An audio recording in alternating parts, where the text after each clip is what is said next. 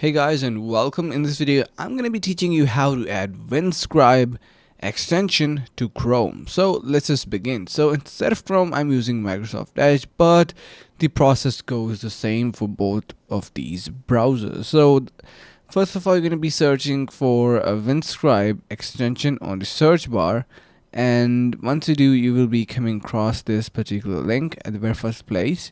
So it says Windscribe free proxy and ad blocker.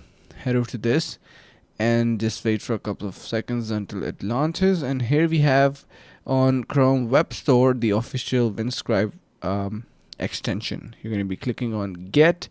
You can see it is available for all browsers and it is compatible with everything. So yeah, if you're using Chrome or whatsoever browser, it will be compatible with that. So get this extension and you're good to go.